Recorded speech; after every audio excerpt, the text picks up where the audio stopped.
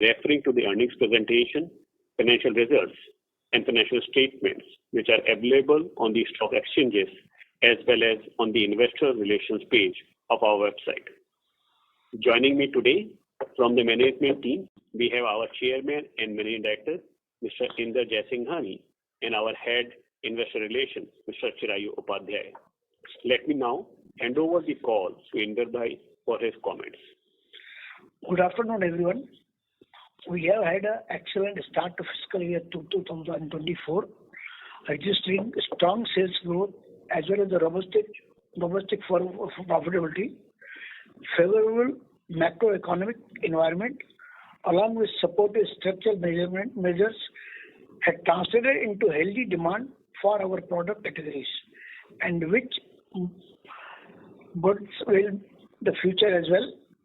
The commendable work done by our team with Project Leap through focus on the customer centricity, various GTM initiatives as well as new product development have sunrise well with the encouraging market condition, resulting into our highest ever first quarterly revenue and profit in the company's history. With the current on-ground demand and market outlook, I am confident that this year will be highly rewarding for us, creating significant value for our stakeholders. Now I request Ganga to take you through our earnings presentation. Thank you, Inder Bhai. Before I take you through the quarterly performance, let me give you a flavor of the macro environment. Amidst the heightened global uncertainty, Indian economy has showcased remarkable resilience with growth surpassing many large economies. Favorable domestic policy environment and government-led structural reforms have positioned India as a promising economic bright spot. Key indicators such as manufacturing and services PMI have consistently exceeded long-term averages, while growth momentum is also evident in GST collections, diesel consumption, air and rail passenger traffic, etc., reflecting India's robust economic standing during challenging times. Furthermore, the domestic demand environment has started to realize the benefit from receding inflation, which has now remained within the RBI's tolerance band of 2% to 6% for 4 consecutive months, raising hope for an end to the tightening cycle. Consumer demand in urban markets remains steady, and a potential pickup in monsoon will further support the rural markets, which have been showing signs of recovery in recent months. Moving on to the earnings presentation, please refer slide number 4. For the quarter ended 30th June 2023, our consolidated revenue grew by 42% year-on-year on account of strong volume growth in the wires and cables business. EBITDA grew by 77% year-on-year with EBITDA margins at 14.1%, a growth of around 280 bps year-on-year. The company registered PAT of rupees 4,028 million, a growth of 81% year-on-year. PAT margin stood at 10.4%, an improvement of 230 bps over that of the same quarter last year. As Inder Bhai mentioned in his opening remarks, this is our highest ever first quarterly revenue and profit after tax. As evident, this quarter's performance surpasses even our third quarter figures from last year, a feat unprecedented in our history, highlighting the remarkable scale of our achievement. However, do note that the growth percentage seems visibly higher on account of a soft June month last year, whereby sales were affected during the end of the quarter due to a sudden decline in commodity prices. A detailed breakup of the other income and finance costs have been provided on slide 21 of the earnings presentation. Moving on to slide 5, the wires and cables business accounted for 89% of our sales during the quarter, with FMEG contributing 8% and other segments, which mainly comprises of the EPC business, accounting for the remaining 3%.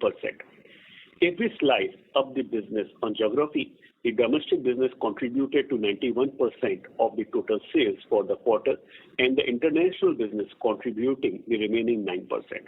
We will now go deeper into business performance of each segment during the quarter. Please refer to slide number 7. During the first quarter, the wires and cable business grew by 46% year-on-year on the back of strong volume growth of around 50 to 60%.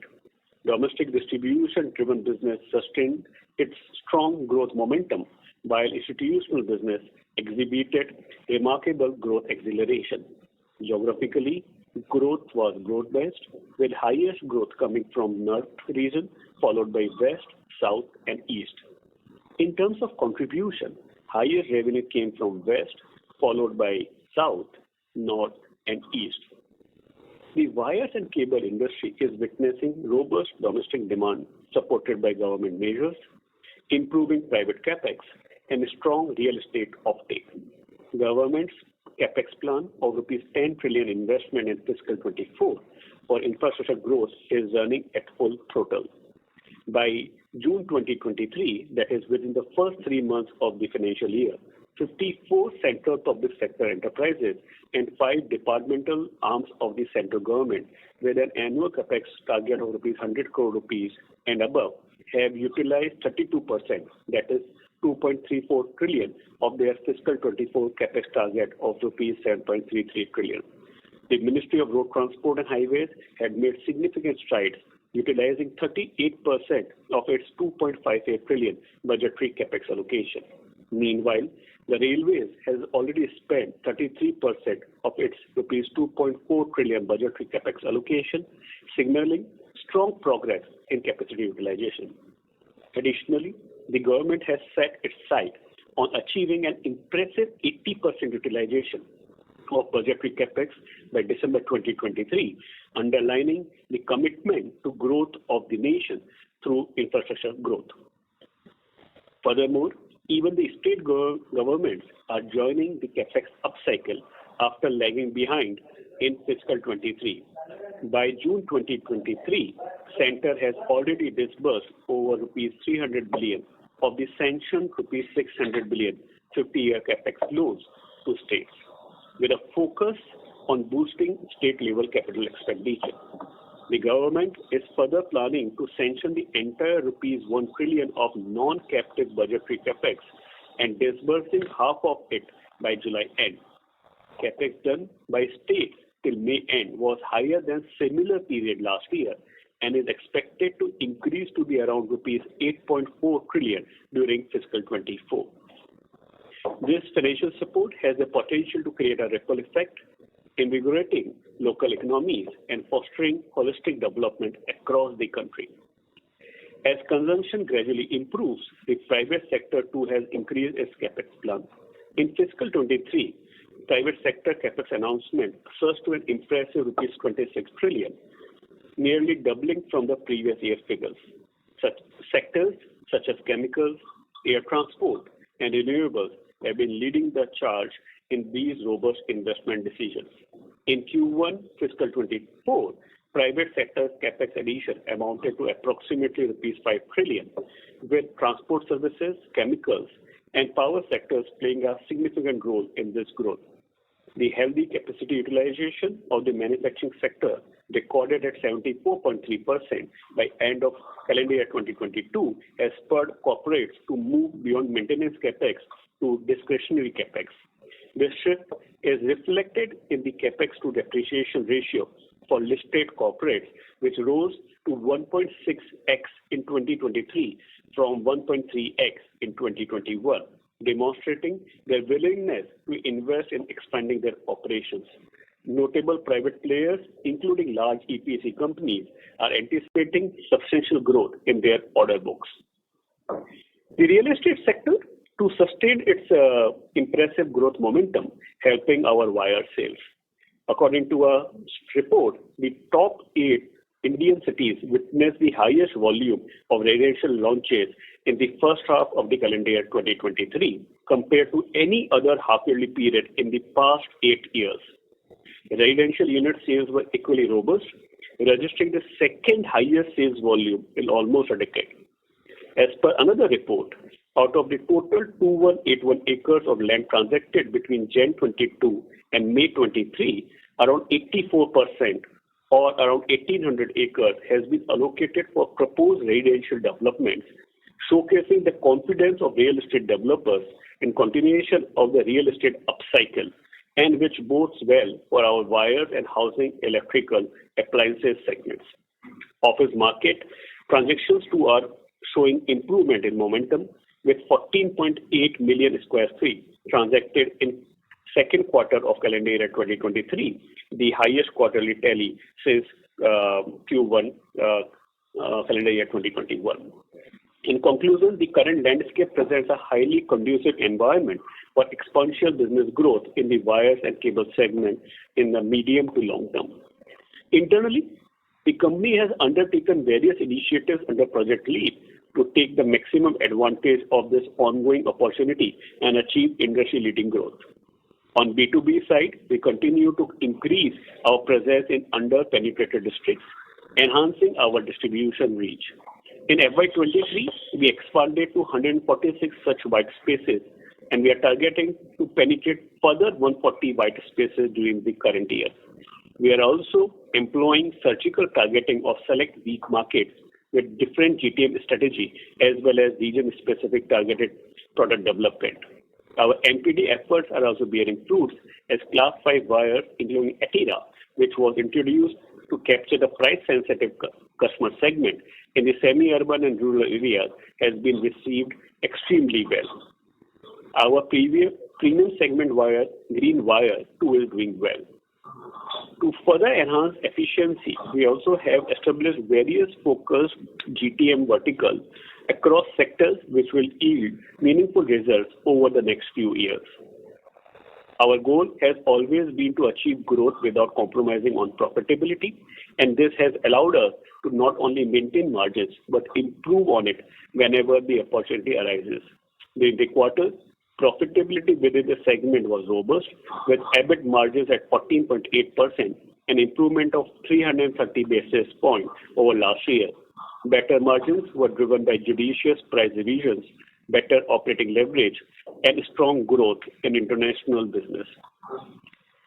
Now moving to slide number 9, revenue from international business grew by 88% year-on-year, contributing to 8.9% of the consolidated revenue.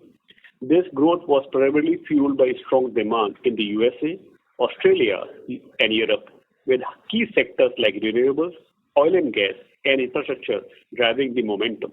During the quarter, the company leased its first warehouse in USA on the eastern coast and will gradually lease more warehouses to cover all geographies, in line with its strategy to shift to a distribution-led model in the international business.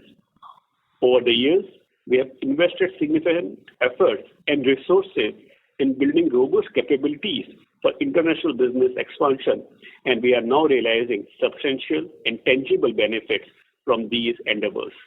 As a testament to our progress, the company has successfully expanded its global presence to over 72 countries. Please refer slide number 11 for an update on the FMEG business. FMEG business has a strong quarter as weak consumer sentiment weighed down on sales. However, the segment showed 3% year-on-year as well as sequential growth as benefits of channel realignment started to play out. Fans business exhibited healthy growth sequentially as older non-BEE compliant inventory with channel partners was mostly sold off, leading to fresh sales of newer BEE compliant inventory during the quarter. From Jan to June this year, since the transition to the BEE norms, we have introduced almost 80 new SKUs in the market, with 20 more in pipeline to be launched in the second and third quarter of this financial year. Switchgears and conduit pipes and fittings businesses too showed sequential growth, tapping onto the continued strong momentum in the real estate sector. Within switchgears, pricing revisions we undertook in 10 kA MCBs last quarter has helped us improve price realization in this quarter. Moreover, the new 6 kA category MCB launched last quarter is already contributing to 20% of incremental sales done during the Q1FY24. Post-merger with the wires vertical, we are focused on improving switchgear sales through cross-selling. For this, we have identified top retailers of wire business which are not yet selling switchgears and will be aggressively pursuing cross-selling through them. Switches business continued with its impressive growth as benefits of improved availability through in-house manufacturing continues to play out. The Etira segment launched in the switches category is generating good response from the market. Lights and luminaries business degrew marginally on a sequential basis on account of the continued pricing correction in the LED segment. Till date, prices have corrected by almost 10-12%, with further correction expected as well. In this business, we have plans to launch about 50 to 60 SKUs in the second and third quarter of the current year. On the geographical front, the Western region, the company's stronghold, demonstrated positive growth both on year-on-year as well as on sequential basis, while Southern and Eastern regions too showed sequential growth. Segmental EBIT margins during the quarter continued to be in negative territory, saddled by fixed costs in the absence of scale. However, the quality of earnings have improved, with channel financing penetration now at 91% for the FMEG segment. The company continues to invest in brand building through increased advertising and promotion, such as sponsorship of ICC events, TV commercials, distributors and retailers meets, digital marketing, etc. The company is committed to improve both top line and bottom line in the business through our focus on areas such as product innovation, influencer management, premiumization, and distribution expansion, among others. Now let's move to slide 13, which gives us an update on our other businesses, which largely comprises of our strategic EPC business. We clocked revenue of rupees 122 crore in Q1, a growth of 63% year-on-year. Profitability grew by 47% year-on-year, with segmental margins at 12.5%. Annual sustainable operating margin in this business is expected to be in high single digit over mid to long term. So that was the update for the quarter. To conclude, the company's dominant wire and cable business continues to experience robust demand, and we are well prepared to capitalize on this favorable opportunity. Looking ahead, we anticipate the momentum to persist throughout the remainder of the year, helping us achieve growth over the strong base of last year. Thank you, and we are now open for questions. Thank you. We will now begin the question and answer session. Anyone who wishes to ask a question may press star and 1 on their touch-tone telephone. If you wish to remove yourself from the question queue, you may press star and 2. Participants are requested to use handsets while asking a question. Ladies and gentlemen, we will wait for a moment while the question queue assembles.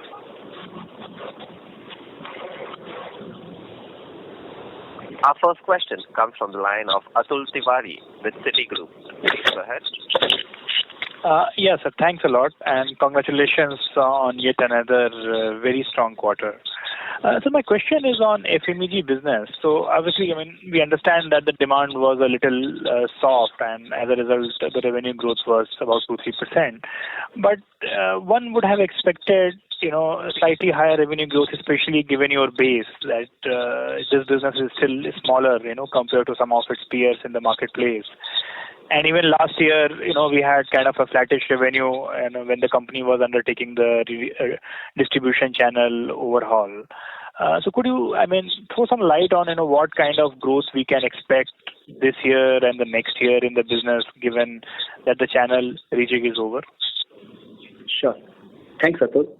On the FMEG side, what is continuing to play out is that the consumer demand is muted, what has been the case for the past 2 to 3 quarters, while the inflation is on its downward trend. But what is generally the case is that whenever people have more cash in hand with them, you generally see them making more small ticket size purchases, discretionary spending in the beginning, and then go on towards more higher ticket size spending. So that is something even what is going to play out. We expect that going forward, maybe in quarter 2, quarter 3 onwards, you'll start seeing that consumer demand to come up in the FMEG segment as well.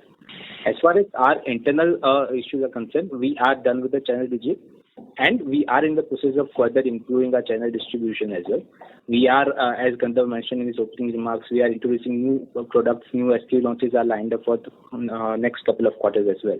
So through all of this, we expect that our top line as well as bottom line will start improving gradually from this year itself. As far as growth is concerned, as you are aware, we have committed that we want to achieve an EBITDA margin range of about 10% in the FMEG segment by FY26, and we will continue to work in that direction. Okay, sir. And my second question is on the working capital. So obviously, I mean, we understand that when the growth is very strong, it is kind of natural to expect some working capital build-up. But just, trying to clarify that this build-up is temporary, or should we expect a slightly higher working capital this year? No, so this increase in working capital that we have witnessed for this quarter is temporary in nature. As you would have seen, our inventory on books has increased, and that is something that we have done on purpose because we are expecting that kind of demand going ahead, and we don't want to be caught off guarded wherein we are not able to supply cables when there's opportunity in hand. So whatever increase in working capital that you have seen this quarter or going ahead is temporary in nature. Going ahead, 50 to 55 days of working capital cycle that we achieved a couple of quarters back is something that we are very comfortable that we will be operating in that region. Okay, great. Thanks a lot. Thanks, Atul. Thank you. Our next question comes from the line of Ravi Swaminathan with Spark Capital. Please go ahead. Good afternoon, sir. Congrats on a very good set of numbers. My first question is with respect to the growth in the cables and wires business. How has the growth been this quarter? What has been the growth on the cable side and the wire side, and the mix of the cables and wires?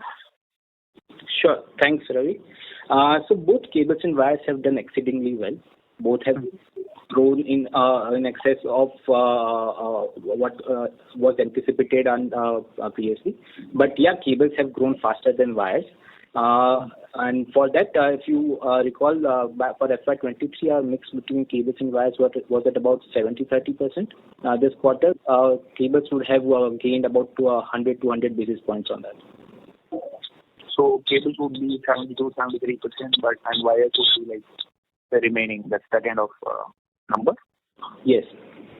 Okay. And within the cable side, how much would be infra, how much would be industrial, how much would be real estate, and be a broad kind of mix, and how each of these segments have grown? That'll be great.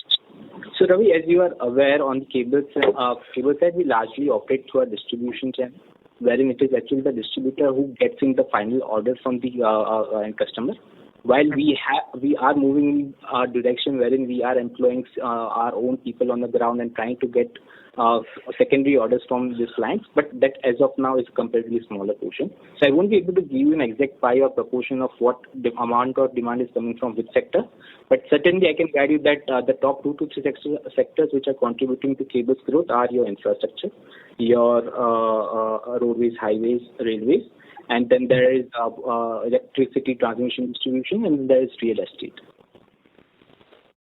Okay. Any of these subsegments would have kind of grown by almost like doubling or something this quarter, or is it like it's a uniform growth that is there across all sectors? No, so like I said, this will be the top 3 contributing sectors. We don't have a proportion neither for this quarter nor for last quarter that I can give you an exact growth number of which sector would have grown or contributing more in this quarter. Okay.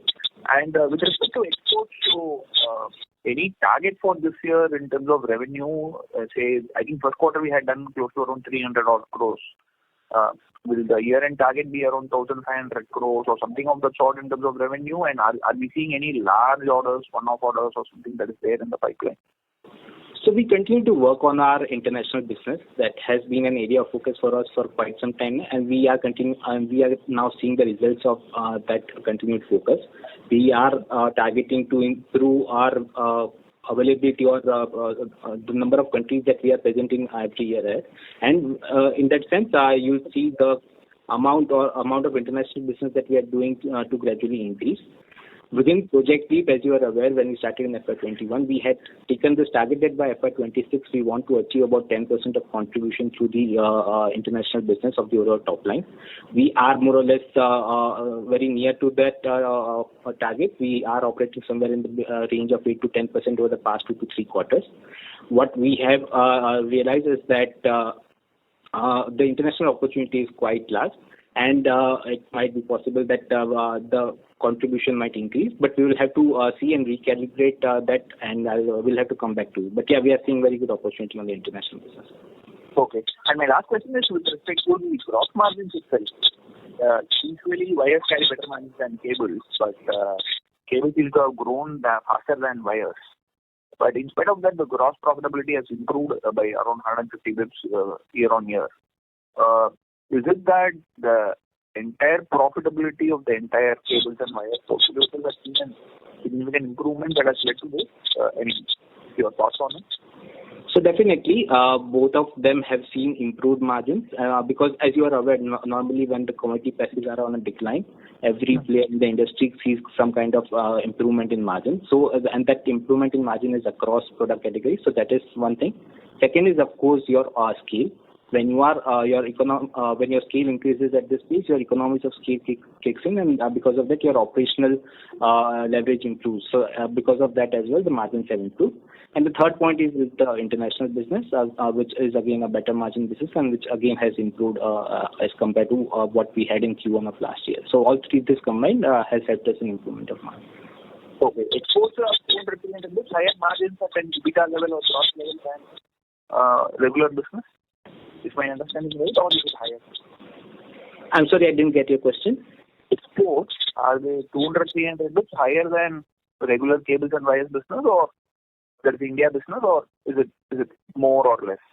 So different product categories would have different better margins, but so like renewable cables, they are much higher margins, whereas your normal power cables, while they have better margins than what we make on domestic, but they are comparatively lesser. But yeah, overall you have that kind of premium over what we make on domestic. Got it. Thanks. Thank you. Our next question comes from the line of Manoj Gori with Aquarius Securities. Please go ahead. Yeah, thanks for the opportunity and many congratulations for a strong set of numbers. My question here would be on the, as you highlighted in your opening remarks, like last year in the June month, we saw some channel inventory destocking, and accordingly that would have positively impacted to some extent. So can you highlight that number? And also, if there was last year there was channel destocking, it means like probably in 2Q or 3Q, there would have been channel normalization, which would have led to better primary sales as compared to secondary sales. So can we expect some impact, or probably we should see secondary and primary going in line in the coming quarters? That would be my first question. Sure. So, Manoj, in Q1 of last year, what happened in towards the end of the quarter was that the commodity prices, which were very high post the Q4 of last year, because of the external circumstances, they came off. Your copper, which was at about $10,500 per metric ton, came down to as low as $8,500 per metric ton. And similar decrease was there in aluminum. And this started to play out from June onwards. So because of that, the base of Q1 last year was comparatively weaker. Yes, from Q2 to Q3 last year, the commodity prices had comparatively been normalized. So in that sense, yes, that kind of base effect would be there. But in terms of growth, like Gandharv mentioned in his opening remarks, we are seeing pretty good demand on ground, and we are also working on various strategic initiatives on Project Leap. So we are confident that through all our steps we are taking, we will be able to get hold of all this opportunity that is coming up in the cables and wire business, and we'll be able to grow over that. Right. If possible, can you quantify what was the impact in the June month last year? We wouldn't be able to quantify. I don't have those numbers specifically in hand. But yeah, like I said, it was 1 month out of the 3 months, so you can maybe take an approximation over there. Right. Thank you. And my second question would be on the overall, if you look at the growth profile. So we have been very strong, and given that the RM prices are largely steady, we have been reporting strong set of margins. So even today, if you look at getting into 2Q, probably it would be difficult to forecast the copper prices. But given the current trends, can we expect a similar kind of margin profile in the coming quarters, because you continue to remain very upbeat on the demand scenario, and RM prices are relatively far more settled as compared to the volatility that we were seeing in the previous years? So Manoj, you know our business. As far as copper price volatility is concerned, we have our hedging framework in place and risk management in place. And to that extent, any volatility in copper prices or aluminum prices generally has no bearing on our profitability on an annualized basis. Having said that, historically we have been working in a EBITDA range of 11% to 13%. We believe we'll continue to play at the similar range. A while back, Chirayu highlighted that we are getting benefit of operating leverage, and if we are able to fully utilize that leverage, it's quite possible that there's at least 1 percentage point improvement in that range. But to answer your question, we don't see any impact on annualized basis or the changes in the metal prices. Yeah, so that's what I was referring. Probably now we are moving on the higher end. So yeah, you answered that. And so on the FMEG side, so probably going forward on sequential basis, probably from Q2 or probably from 3Q, should we see improving trends? And obviously you have already indicated the first quarter trend on profitability and overall on the sales front, right?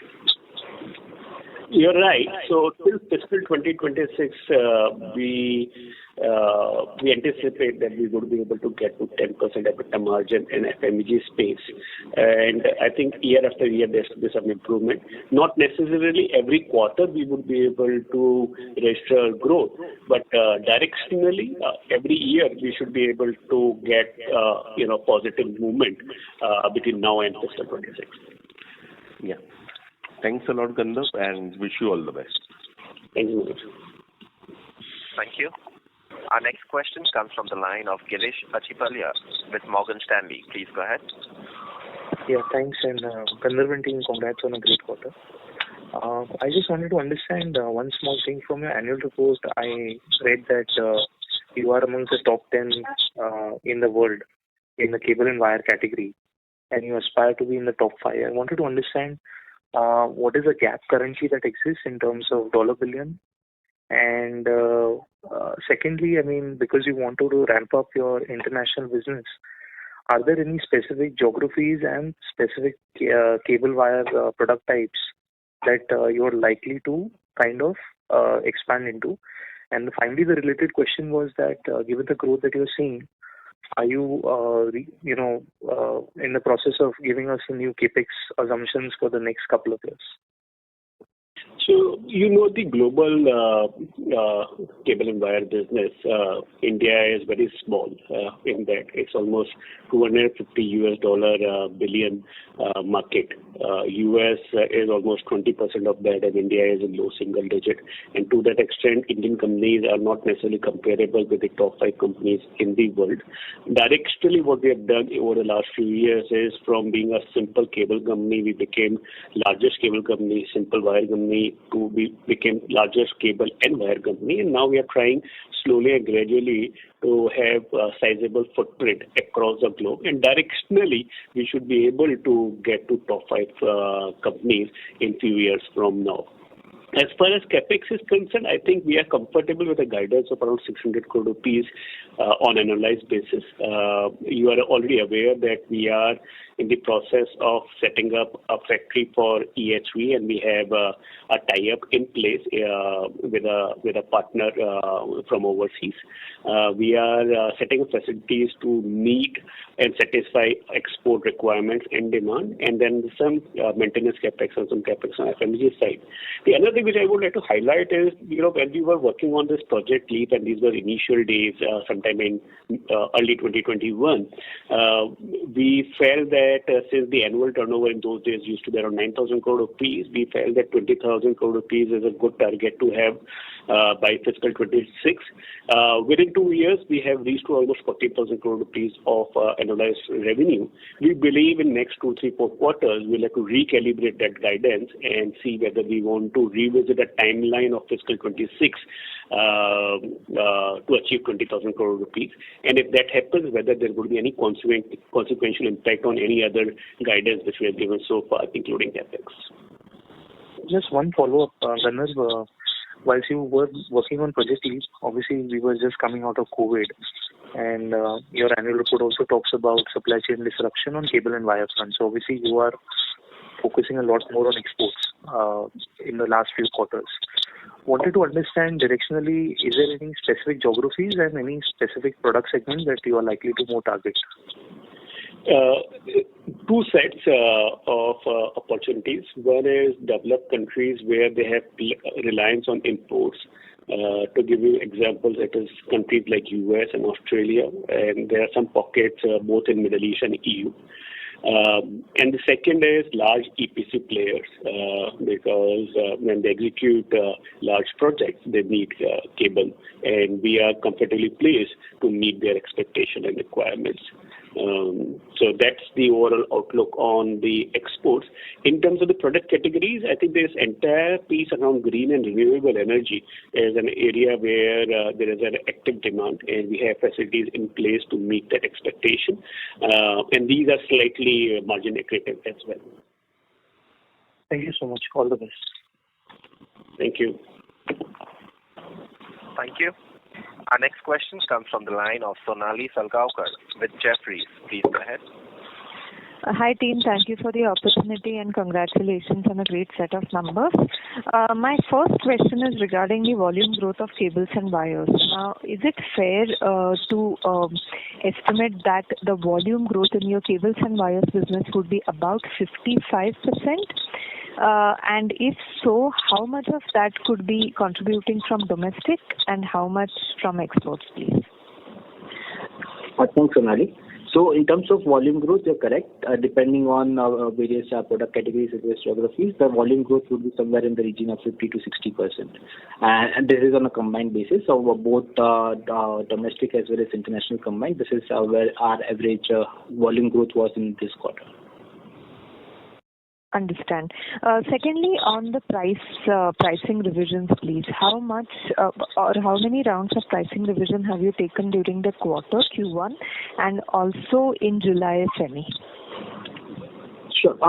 So during the quarter, the commodity prices haven't been that much volatile, and we undertake revisions only when there is a good amount of volatility. So overall, the reductions that we would have taken during the quarter would be about low single digits.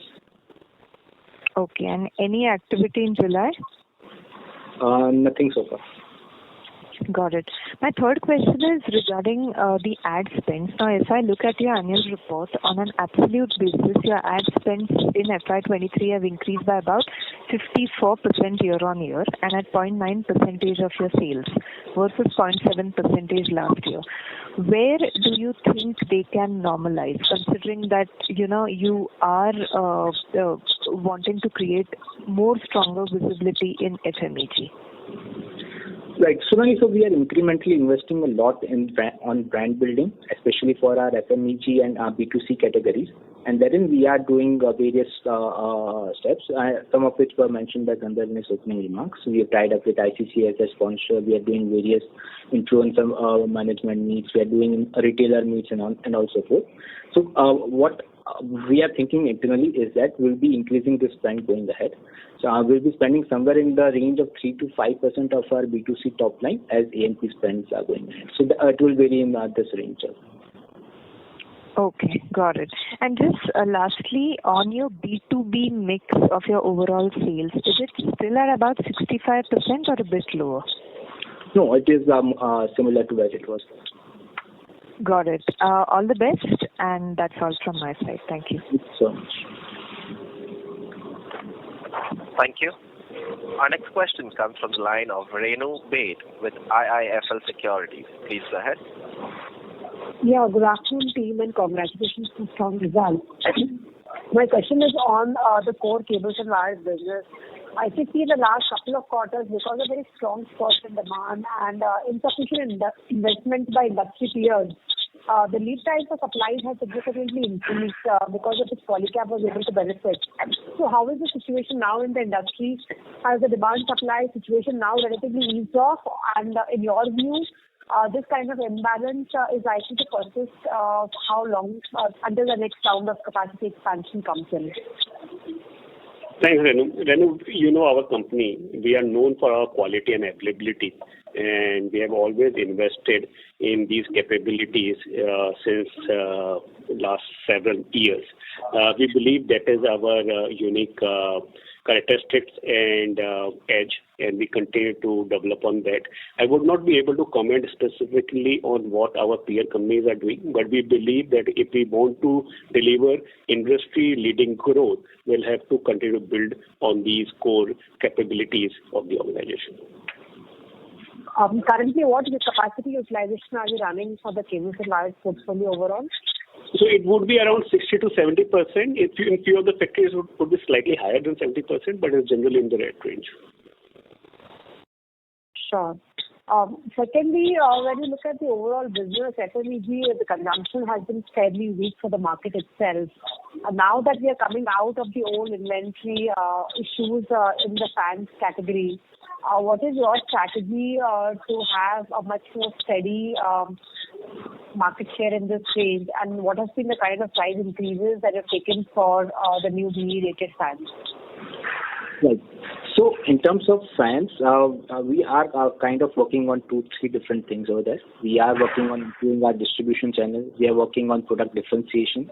Like Gandharv mentioned, we've already introduced about 80 new SKUs since we transitioned to the BE norms. And we are also working on our influencer management thing. So through all of these 3 things, we are working on improving our market share in the fans business.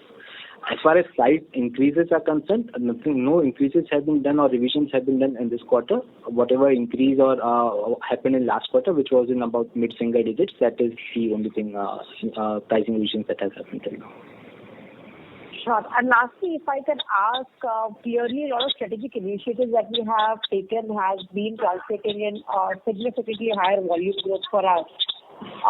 Having seen the environment, the macro tailwinds, in your view, can this strong double-digit volume growth, which is 20% plus, sustain for the next 9 to 12 months? So, of course, I wouldn't be able to give you a specific number or guidance in terms of what kind of volume growth we'll be able to achieve. But what I can tell you is that our strategic initiatives that we've taken in the project team, they are working quite well for us. And the on-ground demand that we are seeing is something that is also on a good pace and is going ahead. So, as in when or how the on-ground demand plays out, we'll be able to capture the maximum growth out of that through our strategic initiatives. Got it. And one more, if I can ask, on incrementally for the strong free cash that we're generating, apart from the capex plans and spending on ASP and product development, branding, etc., where do we plan to deploy this large cash share? So, largest part will continue to be the capex. As we mentioned, we will be making more capex in setting up our EHV plant. We'll be utilizing capex for expanding our FMEG facilities as and when required. We'll be requiring to set up new facilities for our exports as well. So capex will continue to be the largest utilization level for the cash. Over and above that, as you are aware, our dividends year on year has kept on increasing, and that is what is our internal policy. The absolute amount of dividends will continue to go on increase. Third utilization would be maybe an M&A if we come across some of the other company in both either FMEG or wire and cable category that can add significantly to our abilities. We are open to acquire such companies. And of course, some amount of cash will keep us buffer on our balance sheet. So through all 4 of this, we'll be utilizing our free cash flows and the cash on balance sheet. Sure. Thanks much and all the best. Thank you. Thanks. Thank you. Our next question comes from the line of Amit Mahawar with UBS. Please go ahead. Thanks. Kadar, congratulations on great set of results. I have two questions. First is, broadly, we also do a lot of direct project supplies in domestic market in cable and wire. So what would be the broad share of that, if you can help us? So if you look at our domestic wires and cables revenue this quarter, about 9% was through institutional sales, and the remaining was through our distribution sales. Sure. Thanks. And second question, maybe Gandharv or Inderbhai can comment. What are the thoughts on the channel-led export business that they're thinking on? Because branded wires is largely a unique phenomenon in India. So any thoughts on how do we see the attractiveness of branded wires in, say, US market or any other global market? Thank you. Thanks, Amit. Good to interact with you when you're part of a new organization. So as of now, the focus is more on cable business. Wires generally is a very competitive market in most of the international opportunities areas. We believe we should continue to remain focused on the cable side of it, and probably in few quarters from now, we will see if we can get to a slightly premium wires product portfolio, which would add value for the international customers. For the time being, the focus is on the cable side. Okay. Thank you, Gandharv, and good luck for the future. Thank you, Amit. Thank you. Our next question comes from the line of Amarnath Bhagat with Ministry of Finance of Oman. Please go ahead. Yeah, hi guys. Once again, congratulations for a consistent set of numbers from quarters after quarter. I have two questions specifically. One is with respect to BCG reports, which you started, I think, 2 years back. Has that study been completed and implementation, where we are in terms of implementation of any recommendation coming out of it? Thank you for your question and kind words. This actually, in a way, not a report, but a project. And it's a joint project which is being executed by Polycab as well as by the BCG leadership team. In the first few quarters of the project, we had laid out the priorities and defined the blueprint and strategy. This project was initiated in May of 2021, and 2 years down the line, most of the strategy either have been implemented or are being implemented. And what you see as a result is the improved performance in the P&L for that matter, say, fiscal 23 or the first quarter of the current fiscal. Yeah, I just follow up to that, what I'm trying to understand, because now it's very clear that the Polycab is going beyond the boundary of India and started stretching its hands and legs in the international market, and hopefully it will be quite aggressive as the time passes by.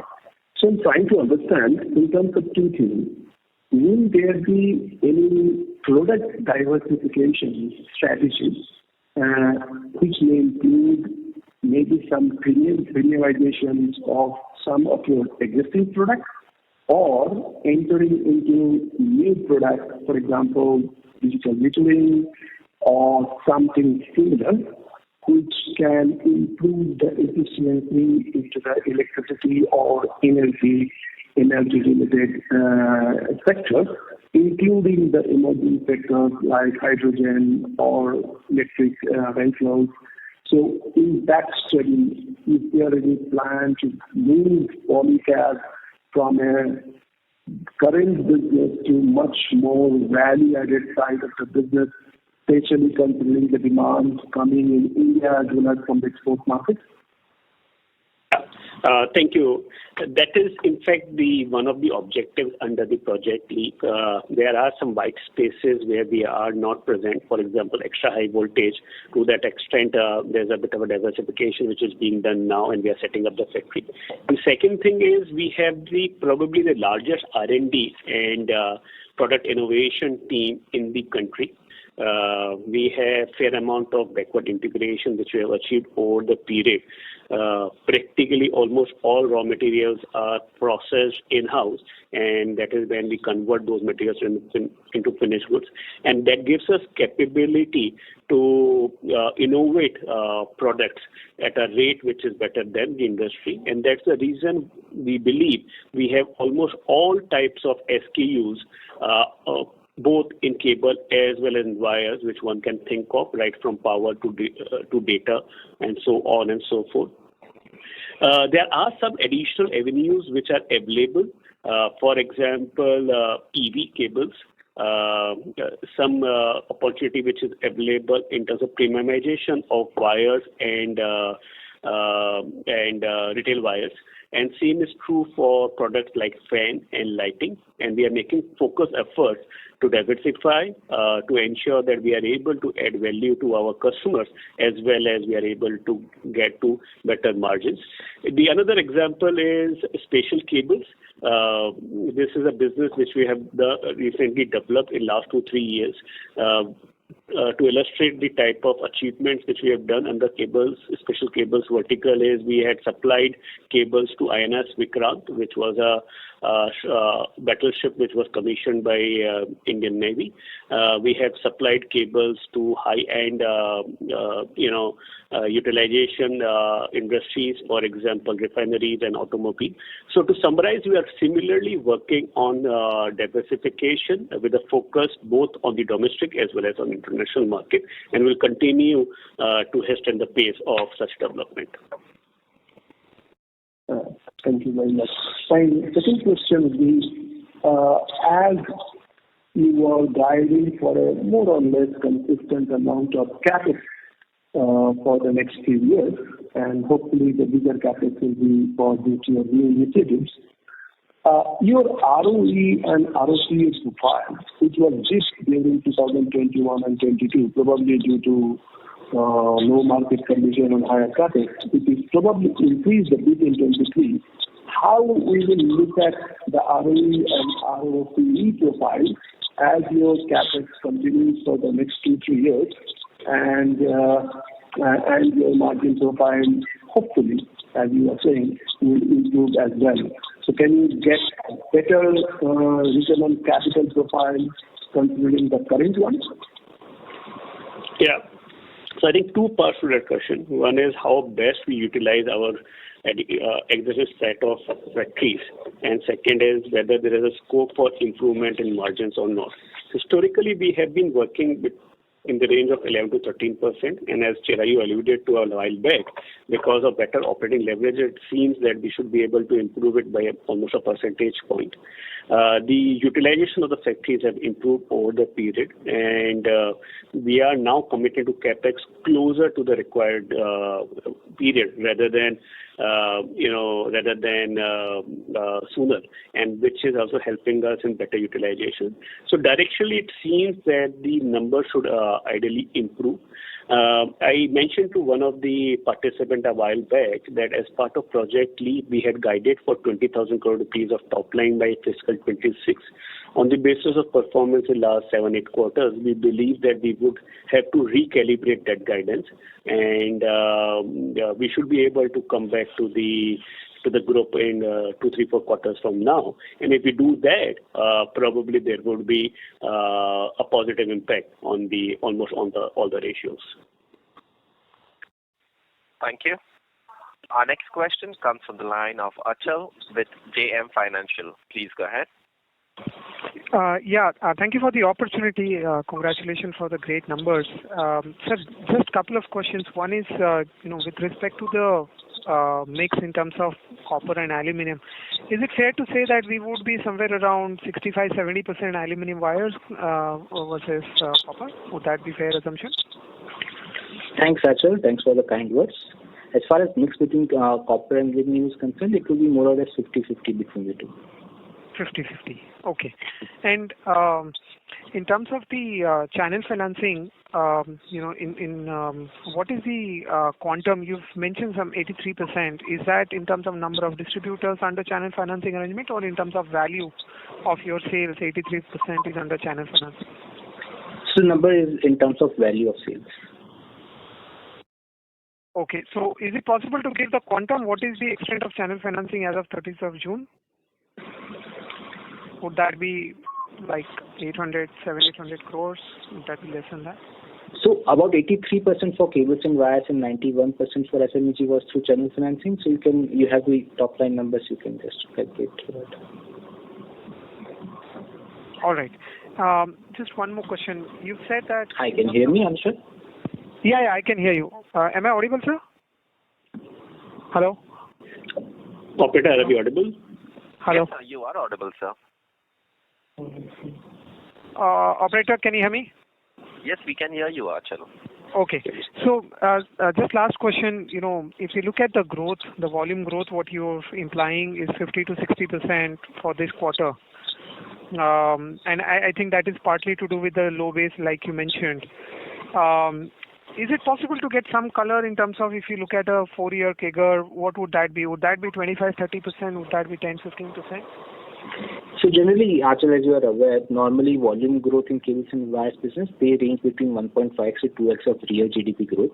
On years like this, wherein there is increased demand because of various reasons, we witness higher volume growth. But otherwise, what we've been guiding is will remain true for most of the times, 1.5x to 2x of real GDP growth.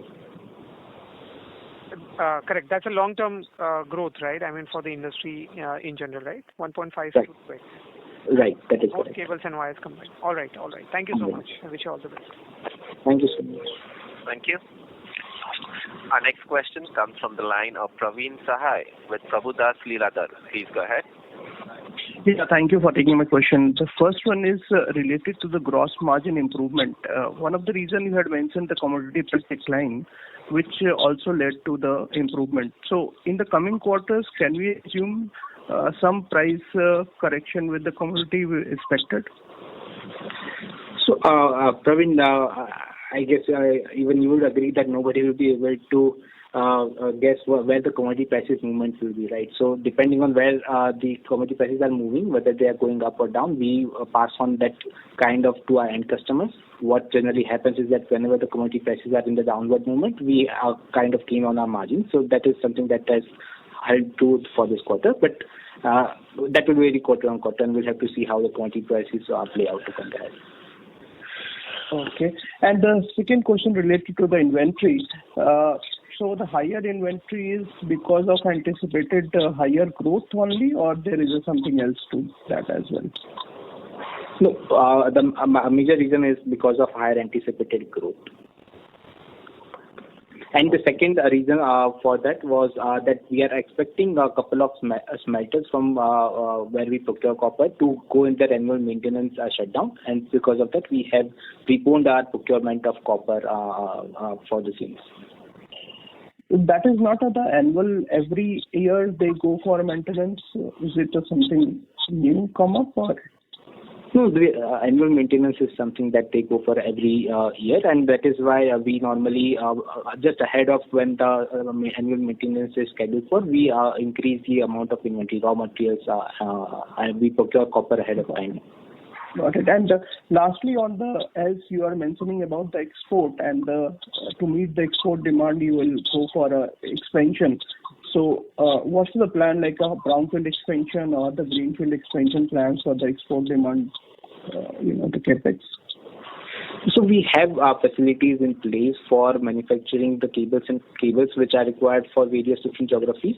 As we anticipate an increasing demand, we'll need to add additional facilities. It can be both brownfield as well as greenfield, as and when we see fit and what kind of requirement we have. Okay, thank you and all the best. Thanks, Praveen. Thank you. Ladies and gentlemen, that was the last question. I would now hand over the conference to Mr. Gandharv Tongia for his closing comments. Thank you, participants, for taking out time and attending this call. In case if you have any follow-up questions, you can write to us at investor.relations@polycab.com, and we would be glad to attend your questions. Thank you so much. Have a great day. Thank you. On behalf of Polycab India Limited, that concludes this conference. Thank you for joining us. You may now disconnect your line.